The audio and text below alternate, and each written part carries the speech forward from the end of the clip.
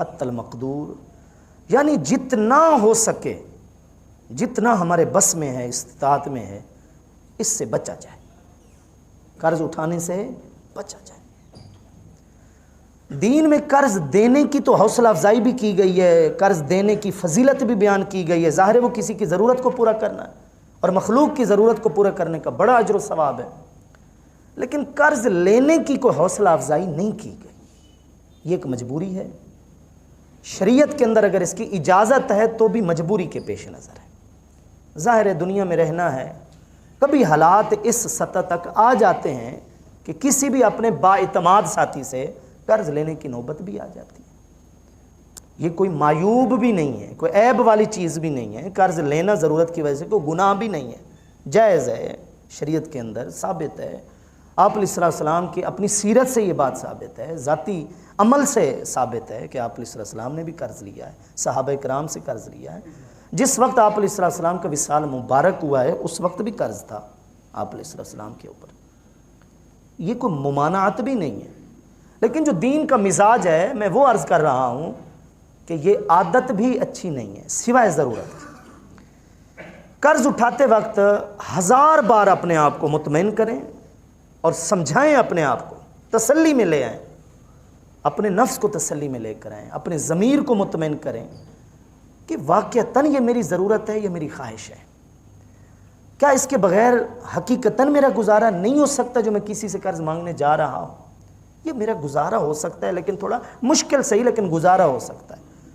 تو میرا بھائی جب تک گزارا ہو سکتا ہے، خود کو اس بوجھ سے بچانے ہی میں عافیت ہے، عقل مندی ہے، جتنا ہو سکے ہم اس سے بچنے کی کوشش کریں، کیونکہ دنیا میں اور آخرت میں، عالم برزخ میں، مرنے کے بعد کے تمام تر جو حالات ہیں انسان کے ساتھ، اس حوالے سے یہ معاملہ انتہائی سنگین ہے اور انتہائی زیادہ آزمائش کا باعث ہے۔ تو انتہائی ضرورت میں جیسے انسان کی آخری حد ہو جاتی ہے نا کہ یار واقعتاً میں مجبور ہو چکا ہوں کہ مجھے قرض لینا ہے، تو لے لیا جائے، اور لیتے وقت اللہ سے یہ دعا کی جائے، نیک نیت کی جائے کہ اے اللہ اس کی ادائیگی میں میرے لیے آسانیاں عطا فرما۔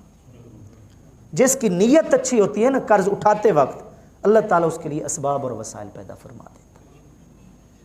آپ علیہ السلام کا فرمان ہے کہ من اخذ اموال الناس، جس شخص نے کسی سے کوئی مال لیا، لوگوں سے کوئی مال بطور قرض کے لیا، لیکن اس کی نیت میں کیا ہے؟ اس کی نیت میں اس کی ادائیگی ہے، تو ادى اللہ عنہ، اللہ تعالیٰ اس کی طرف سے ادا فرما دیتا ہے۔ کیا مطلب؟ اللہ تعالیٰ اس کے لیے آسانیاں پیدا فرما دیتا ہے، کیونکہ اس کی نیت قرض اٹھاتے وقت بھی یہی تھی کہ جتنا جلد ہو سکے میں اس قرض کو ادا کر دوں۔ تو پہلے تو قرض لیں نہیں، اور اگر مجبوری میں لیں، خواہشات میں نہیں لیں۔ یہ کیا ہے؟ ناجائز رسموں کو پورا کرنے کے لیے، برادری کے اندر اپنی ناک کو خواہ مخواہ اونچا رکھنے کے لیے، شادی بیاہ کے اوپر ہمارا گزارا چل سکتا ہے، لیکن جناب وہ مزہ نہیں آ رہا نا، وہ ترم خانی نہیں دکھائی جا سکتی، بلا وجہ صرف ناجائز رسموں کو پورا کرنے کے لیے ہم قرضے اٹھا لیتے ہیں، اور بعد میں ان کو ادا کرنا نہایت ہی ہمارے لیے مشکل ہو جاتا ہے۔ یہ عقل مندی نہیں ہے، یہ دانائی نہیں۔ قرض اٹھانا شریعت کے اندر مجبوری کے باعث ہے، ضرورت کے باعث ہے، خواہش کے باعث نہیں ہے، لیکن جب بندہ اٹھا لے تو پھر صبح شام اس کی یہ فکر لاحق ہو کہ جتنا جلد ہو سکے میں اس کو ادا کر دوں۔ رات کو وہ جب تکیے کے اوپر سر رکھے تب بھی یہ سوچ کر، یہ خیال دل میں لا کر سوئے کہ میری ایک اور رات گزر رہی ہے اور میرے اوپر ابھی کسی کا بوجھ باقی ہے، اور اس کی بھرپور کوشش ہو کہ اتنا جلد ادا کر دیا جائے کہ اس کا دروازہ کھٹکھٹانے کے لیے کوئی نہ آئے۔ وہ بزرگ کہتے ہیں کہ دروازہ مہمان تو کھٹکھٹائے، کبھی قرض خواہ جو ہے نا وہ دروازہ نہ کھٹکھٹائے۔ اس میں بھی ایک بزرگوں نے ہمیں بھرم سمجھایا ہے، ہمیں عزت سمجھائی ہے کہ تمہارے دروازے پہ آنے والا مہمان ہے، یہ قرض تم سے لینے والا آیا کھڑا ہے۔ تو اس لیے بھرپور کوشش ہو کہ جتنا جلد ہو سکے کسی کا احسان سر سے اتر جائے۔ احسان صرف ہمارے اوپر اللہ اور اس کے محبوب کا ہونا چاہیے۔ مخلوق کے احسانات سے جتنا بچنے کی ہم کوشش کریں گے ہمارا اس میں اتنا ہی بھلا ہے۔ آپ دیکھیے آپ علیہ الصلوۃ والسلام کی بارگاہ میں ایک جنازہ لایا گیا، بخاری شریف کی روایت ہے۔ آپ علیہ السلام نے پوچھا کہ کیا اس نے قرض دینا ہے کسی کا؟ جواب ملا کہ قرض نہیں دینا کسی کا۔ تو آپ علیہ السلام نے اس کی نماز جنازہ پڑھا دی۔ آپ علیہ السلام کی نماز جنازہ پڑھانا امتی کے لیے بہت بڑی خوش نصیبی تھی، رحمت و برکت کا باعث دونوں جہاں میں۔ وصلی علیہم ان الصلاۃ سکن لہم، اس کے بھی دو مفہوم ہیں۔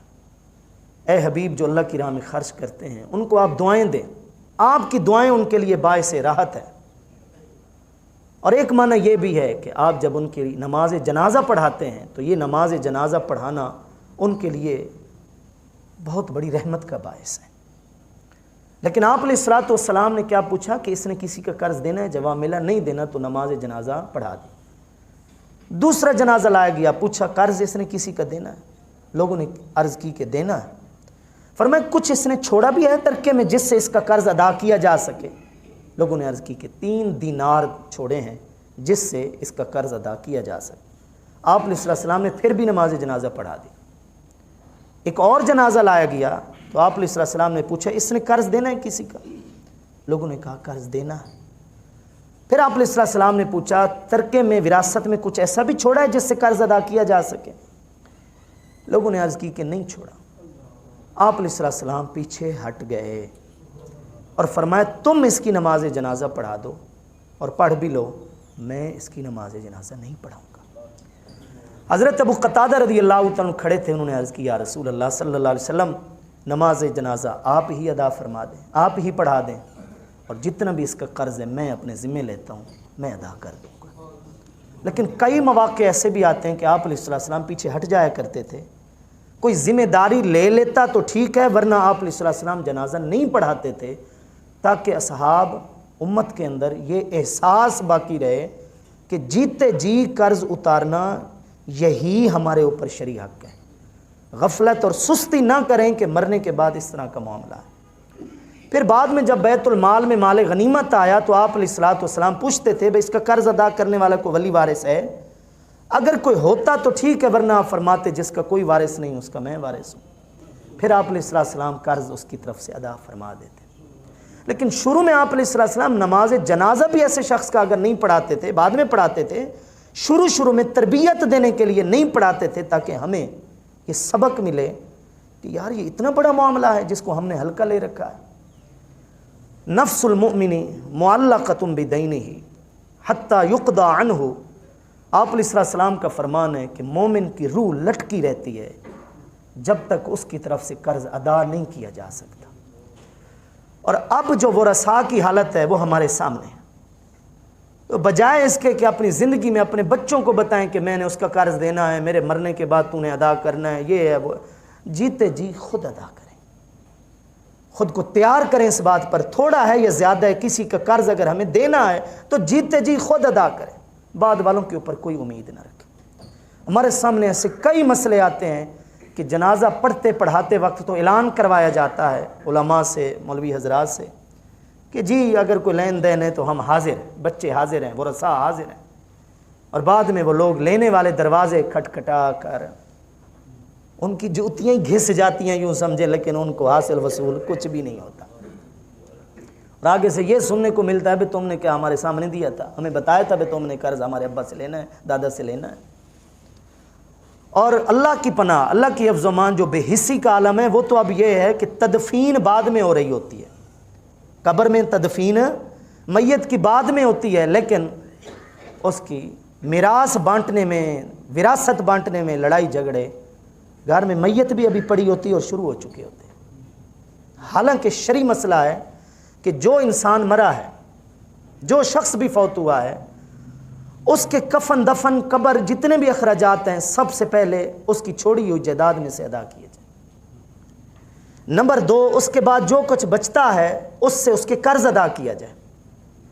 قرض ادا کرنے کے بعد جو کچھ بچتا ہے دیکھا جائے کہ اس نے کوئی وصیت کی ہے کہ اللہ کی راہ میں میری طرف سے یہ دے دینا، تو پھر اس کی بقیہ جائیداد کے 3 حصے کیے جائیں۔ ایک حصہ اس کی وصیت میں لگایا جائے، اور آخر میں نمبر آتا ہے یقسم بین ورثتہ بالکتاب والسنہ، جو شریعت کا اصول ہے کہ آخری چوتھا نمبر ہے یہ ہے کہ اگر قرض دینے کے بعد وصیت ادا کرنے کے بعد بھی جو بچ گیا ہے وہ قرآن و سنت کے مطابق جو ورثاء کا حق اللہ نے بیان کیا وہ ان کے اندر تقسیم کیا جائے۔ لیکن جس کا نمبر چوتھا ہے ہمارے ہاں اس کا نمبر پہلا ہے۔ ہم نے نہ وصیت دیکھنی ہے، ہم نے نہ کفن دفن کے اخراجات دیکھنے ہیں، ہم نے جناب نہ اپنا قرض کو دیکھنا ہے، سب سے پہلے ہمیں میراث چاہیے، ترکہ چاہیے کہ ہم 3 بیٹے ہیں تو باپ کی کتنی جائیداد ہمارے کتنے حصے میں آئی، بہنیں تو ویسے ہی محروم، بیٹیاں تو ویسے جیتے جی باپ محروم کر دیا اور مرنے کے بعد بھائیوں نے محروم کر دیا۔ یہ تو ایک الگ المیہ نا، یہ تو الگ رونا دھونا۔ لیکن میں کہہ رہا ہوں بے حسی اتنی ہے کہ تدفین ابھی نہیں ہوئی ہوتی، قرض کی پرواہ نہیں ہوتی کہ ہمارا جو میت فوت ہوا ہے جس نے ہمیں اپنے ترکے کا وارث بنایا اس پر قرض بھی ہے، وہ بھی دینا ہے، یہ نہیں دینا۔ تو اس لیے سمجھداری میرا بھائی یہ ہے کہ ہم اپنے قرض جیتے جی جتنا جلد ہو سکے ادا کر دیں۔ قرض کا معاملہ انتہائی نازک ہے، انتہائی نازک۔ بتائیے شہید کا کتنا درجہ ہے؟ آپ سمجھدار لوگ بیٹھے ہیں، آپ کو شہید کا درجہ بتانے کی تو ضرورت نہیں ہے۔ اس کا خون کا قطرہ زمین پہ بعد میں گرتا ہے اور اس کے درجات پتہ نہیں کتنے پہلے بلند ہو چکے ہوتے ہیں۔ اس کی روح جب پرواز ہوتی ہے تو نہ جانے وہ اللہ کی بارگاہ کے اندر کتنا مقام حاصل کر چکا ہوتا ہے۔ جس نے وطن چھوڑا، آبا و اجداد چھوڑے اور بالآخر اپنی جان بھی چھوڑ دی، انسان آخر میں کیا کر سکتا ہے؟ آخری حد پہ یہی کر سکتا ہے نا، جان دے سکتا ہے۔ اور جس نے اللہ کی رضا کے لیے اللہ کی راہ میں جان دے دی وہ شہید، اس کا کتنا بڑا مرتبہ ہے۔ انبیاء صدیقین کے بعد اور صالحین سے اوپر اتنا بڑا درجہ ہے شہداء کا۔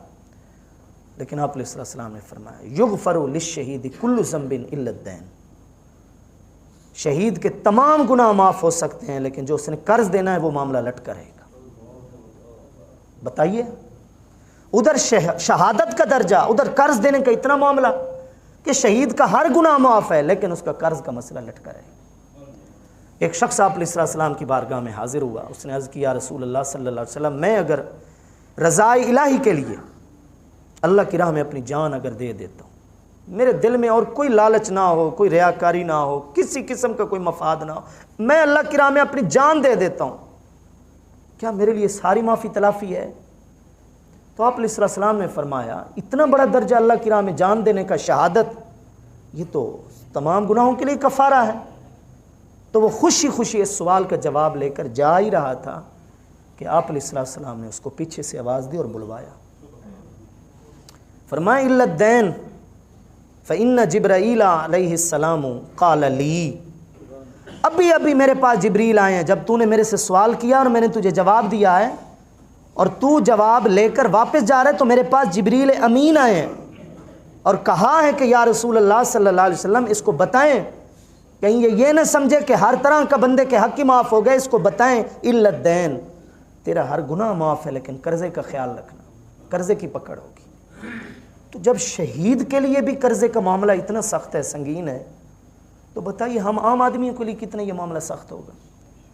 تو بھرپور کوشش کریں، قرض یا تو اٹھائیں نہیں، قرض اٹھائیں تو خواہشات کو پورا کرنے کے لیے نہیں، اپنی انتہائی جو ضروریات ہیں ان کو پورا کرنے کے لیے، اور پھر اللہ کی بارگاہ میں دعا بھی کریں اور اپنی ذاتی عملی کوشش بھی کریں کہ میں روکھی سوکھی کھا کر گزارا کر لوں گا، ٹھیک ہے، میں کوئی مہنگی نہ صحیح تو کوئی سستی کوئی چیز پہن لوں گا، لیکن کوشش میری یہی ہونی چاہیے کہ میں کسی کے آگے ہاتھ نہ پھیلاؤں۔ الید العلیٰ خیر من الید السفلیٰ، ایک اصول بتا دیا کہ جو اوپر والا ہاتھ ہے نا دینے والا، یہ بہتر ہے نیچے والے ہاتھ سے، لینے والے سے۔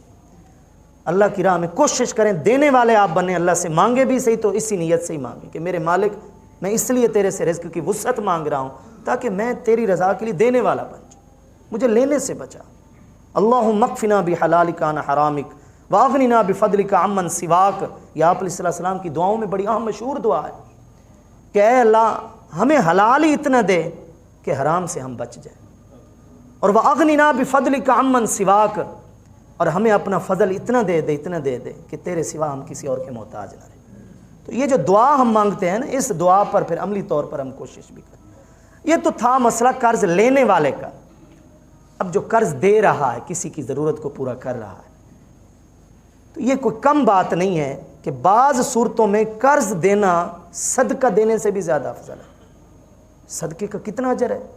لیکن بعض صورتوں میں قرضہ دینا کسی کو، کسی کی ضرورت کو پورا کر لینا، کوئی آیا ہے اس کی سفید پوشی کا بھرم برقرار رکھنا، یہ صدقہ دینے سے بھی زیادہ افضل ہے. اور پھر قرض جو دینے والا ہے وہ بھی رضا الہی کے لیے قرض دے کہ اے اللہ میں اپنے مسلمان بھائی کی ضرورت کو پورا کر رہا ہوں، میں صرف اور صرف تیری رضا کے لیے. کوئی ریاکاری نہیں ہے، دکھاوا نہیں ہے، بلے بلے نہیں ہے کہ وہ اگلا میرا احترام کرے کہ جناب اس نے تو مجھے اتنا پیسہ قرض دی. ایسی کوئی نیت، اور نیت میں ایسی کوئی ملاوٹ نہیں ہونی چاہیے. صرف اور صرف رضا الہی کے لیے کسی کو قرض دیں، بے لوث ہو کر دیں. اور جس نے کسی بھی ایک مسلمان بھائی کی حاجت کو پورا کیا ہے، اللہ تعالیٰ نے اس کی حاجات کو پورا کیا ہے. اور آپ علیہ السلام نے واضح طور پر فرمایا من قضا احدا من امتی حاجتہ، میری امت میں سے کسی ایک کی بھی کسی نے حاجت کو پورا کیا ہے فقد سرنی ومن سرنی فقد سر اللہ، ایسا شخص اس نے مجھے خوش کیا، اور جس نے مجھے خوش کیا اس نے تو اپنے رب کو خوش کیا. آپ مجھے بتائیں اس امتی سے کوئی زیادہ خوش نصیب ہے جس پر اس کا نبی بھی راضی ہو، اس کا رب بھی راضی ہو؟ سب سے بڑا انعام تو یہی ہے اللہ اور اس کے محبوب کی ہمیں رضا مل جائے. اور رضا اللہ نے اپنے محبوب کو جو دی اپنی، کہ تو راضی ہوگا تو میں راضی ہوں گا، تو اللہ کے محبوب نے اپنی رضا اپنی امت کی حاجت کو پورا کرنے میں رکھ دی. تو یہی نیت ہو کہ میں قرض دے رہا ہوں، کوئی اور مفاد نہیں ہے، صرف اور صرف اللہ اور اس کے محبوب کی رضا مقصود اور مطلوب. اور بڑی اہم ایک بات ہے، غور سے میری بات سنیے گا. قرض دیں اور بھول جائیں. بھولنے کا یہ مطلب نہیں کہ واپس نہ لیں، اس سے کسی بھی صورت میں کوئی فائدہ لینے کی کوشش مت کریں. یار میں نے اس کو اتنا قرض دیا ہے، سود پر بھی نہیں دیا، میں نے تو دیا ہے لیکن کسی طریقے سے فائدہ تو اٹھاؤں. قرض جو دیا ہے اس کو، انتہائی گھٹیا اور گری ہوئی یہ سوچ ہے. یاد رکھیے سود صرف یہ نہیں ہے کہ 50,000 دیا ہے تو بدلے میں 6 مہینے بعد آپ نے 70,000 لیا ہے، 80,000 لیا ہے. یہ اوپر کا 20 اور 30,000 سود ہے. سود کا مطلب ہے کہ قرض دے کر اس قرض کی مد میں کوئی بھی آپ فائدہ اٹھا رہے ہیں وہ بھی سود ہے. صرف پیسہ کا اضافہ وصولی میں وہ سود نہیں ہے. یہ بڑا ایک اہم نقطہ ہے. کسی کے پاس آپ کا پہلے سے اٹھنا بیٹھنا ہے، آنا جانا ہے، دعوت کھانا کھلانا ہے، اس نے آپ سے قرض لیا ہے، احتیاط کریں. لیکن پھر بھی اگر پھر اکٹھے ہو جاتے ہیں، وہ کھلاتا ہے، کھا لیتے ہیں. آپ قرض آپ نے دے رکھا ہے لیکن اس سے آپ نے کچھ کھا پی لیا ہے گنجائش. لیکن قرض دینے کے بعد آپ جان بوجھ کر اتنے قریب ہو جائیں کہ ہر دوسرے تیسرے دن آپ اس سے کچھ نہ کچھ کھا رہے ہیں، فائدہ اٹھا رہے ہیں اس کی کسی چیز سے، یہ نیت کرتے ہوئے یار میں نے اس کو قرض دے رکھا ہے چلو میں بھی کوئی تھوڑا بہت فائدہ اٹھا لوں. نہیں، اس کی شریعت میں کوئی گنجائش نہیں. کل قرض جر منفعتہ فہو ربا، ہر وہ قرض جو اپنی منفعت کو کھینچتا ہے، نفع کو وصول کرتا ہے کسی بھی صورت میں ہو، وہ ربا میں چلا جاتا ہے، وہ سود میں چلا جاتا ہے. یار میں باہر جا رہا ہوں، مجھے 1,00,000 روپے قرض دے دے، سال کے بعد لوٹا دوں گا. میرے گھر میں موٹر سائیکل کھڑی ہے وہ بھی تجھے دیتا ہوں، وہ بھی چلاتے رہنا، اپنی ضرورت کو پوری کرنا. چلو بھئی یہ ٹھیک ہے، چلو میرے پاس بائک نہیں ہے تو آپ جو ہے نا وہ قرضہ میں آپ کو دے دیتا ہوں، وہ مجھے حوالے کر دیں. بڑے بے دھڑکوں کے لوگ یہ کام کر رہے ہیں. آپ حیران ہو جائیں گے. یہ مثال جو میں ایک دے رہا ہوں ایسی کئی مثالیں چل رہی ہیں. نہیں میرا بھائی، وہ موٹر سائیکل سے جو آپ اس کی سواری سے نفع اٹھا رہے ہیں، نفع تو قرضے کی وجہ سے اٹھا رہے ہیں. قرض نہ دیتے تو نفع نہ اٹھاتے آپ. غلط ہے، اس کی شریعت کے اندر کوئی اجازت نہیں. قرض کی مد میں اگر کوئی گروی میں کوئی چیز رکھتا ہے نا، گروی میں، رہن میں، بطور سیکورٹی ضمانت کے، آپ اس سے فائدہ نہیں اٹھا سکتے، وہ آپ کے پاس امانت ہے. جب وہ قرض آپ کو واپس کرے گا، لے بھائی آپ کی یہ امانت میرے پاس تھی، آپ نے میرا قرض واپس کیا ہے، یہ چیز آپ لے جائیں اپنی. یہ ہے اصل شرعی طریقہ کہ اگر آپ نے بطور سیکورٹی ضمانت کے کچھ لینا بھی ہے، یار ہو سکتا ہے کل مکر جائے. پہلے تو اللہ نے حکم دیا یا ایھا الذین آمنوا اذا تداینتم بدین الی اجل مسمى فاکتبوہ. یہ قرآن مجید کی سب سے بڑی آیت طویل یہی ہے. قرآن مجید کی آیت نمبر 282 تیسرے پارے کے اندر یہ بڑی طویل آیت ہے. اے ایمان والو، جب بھی قرض کا ایک دوسرے سے معاملہ کرو تو اس کو لکھ لیا کرو، گواہ بنا لیا کرو تاکہ بعد میں لڑائی جھگڑا نہ ہو. لیکن کوئی اگر بطور گروی کے کوئی چیز رکھتا ہے کہ بھائی یہ چیز میرے پاس رکھ دو جب قرض دینا، یا قسطوں والا کاروبار ہے کہ بھائی جب تیری قسطیں مکمل ہو جائیں گی میں یہ تیری چیز واپس کر دوں گا، اس کی شریعت میں اجازت ہے. لیکن آپ اس گروی سے فائدہ نہیں اٹھا سکتے جب تک قرض وصول نہیں ہو جاتا. یہ بڑا نازک اور اہم مسئلہ ہے. بہرحال جہاں یہ لالچ آ جائے نا کہ میں قرض دے رہا ہوں لیکن میں اس چیز سے کوئی فائدہ بھی اٹھاؤں گا، اس کی کوئی برکت نہیں ہے۔ امجد ثاقب کو آپ جانتے ہیں، ڈاکٹر امجد ثاقب، اخوت والا جو ہے، ایشیا کا سب سے بڑا اعزاز حاصل کر چکا ہے اور اب نوبل انعام کے لیے بھی اس کا انتخاب ہو چکا ہے۔ ڈاکٹر امجد ثاقب، اخوت جس کا ادارہ ہے، جو قرض دیتے ہیں، قرض حسنہ، یہ کیا چیز ہے؟ 30,000 سے اس بندے نے سلسلہ شروع کیا تھا اور کسی ایک مائی کو مدد دی تھی اس نے، اور واپسی پر اس نے کچھ اضافی دے دیا، حالانکہ شرط نہیں تھی، معاہدہ نہیں تھا۔